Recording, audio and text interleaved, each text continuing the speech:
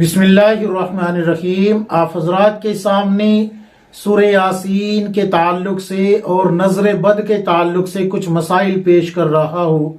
याद रखे, मसाइल बता रहा हूँ, फजाइल नहीं। कुछ खवातीन हैं जिन्होंने पूछा है कि मुफ्ती साहब, हम हर जुमेरात को या फिर पीर के दिन सूरह यासीन का खत्म कराते हैं, यानी कि 41 मरतबा सूरह यासीन पढ़ाते हैं बच्चों को जमा करके, या फिर घर घर छोटी छोटी किताबें भेज के 41 मरतबा या 71 मरतबा सूरह यासीन पढ़ाते हैं।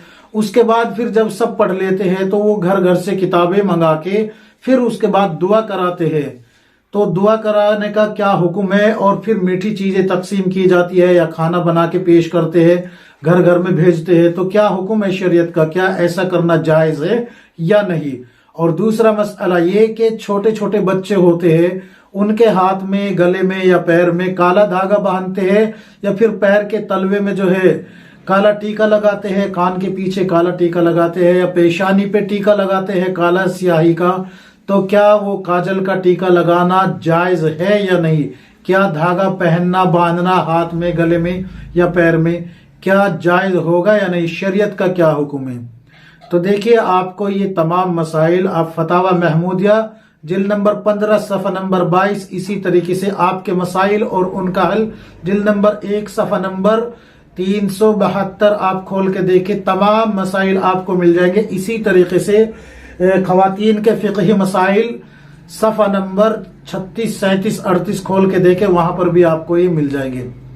सबसे पहले ये बात याद रखे कि जो खवातीन बच्चे को धागा बांधती है काला, उसका शरीयत से कोई ताल्लुक नहीं है।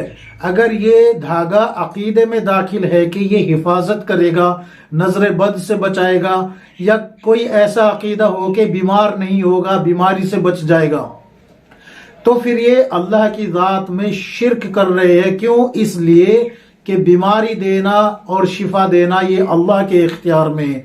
काजल का टीका लगाने का भी यही हुक्म यहाँ पर लगेगा।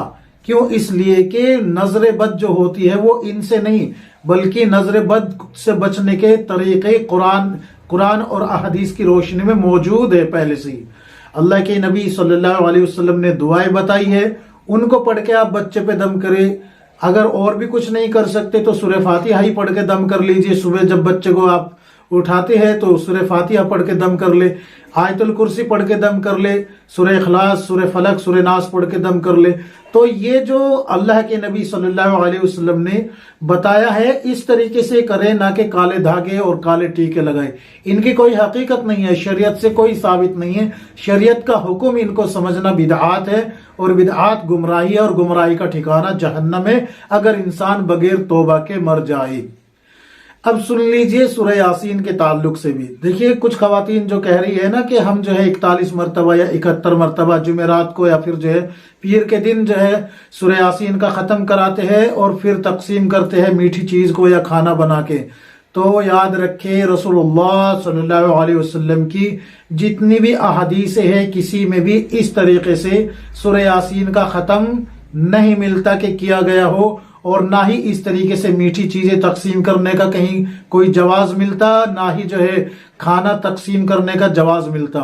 याद रखे, जो औरत नमाजों का एहतमाम नहीं करती, माह रमजान के रोजे नहीं रखती, पर्दे का एहतमाम नहीं करती, वो सूरह यासीन के इतने खत्म के बजाय 1000 सूरह यासीन पढ़ा के रोज खत्म कराए, वो उस वक्त तक अपने गुनाहों से बरी नहीं हो सकती जब तक के अपने गुनाहों की माफी मांग के, और जो नमाजें या रोजे छोड़े हैं या बेपर्दगी की है, पर्दे का एहतमाम शुरू न कर दे, नमाज का एहतमाम शुरू न कर दे, और रोजा का एहतमाम शुरू न कर दे, और जो रोजे और नमाजें छोड़ी गई है उन सब की कज़ा ना कर ले, तब तक ये अपने गुनाह से बरी नहीं होगी।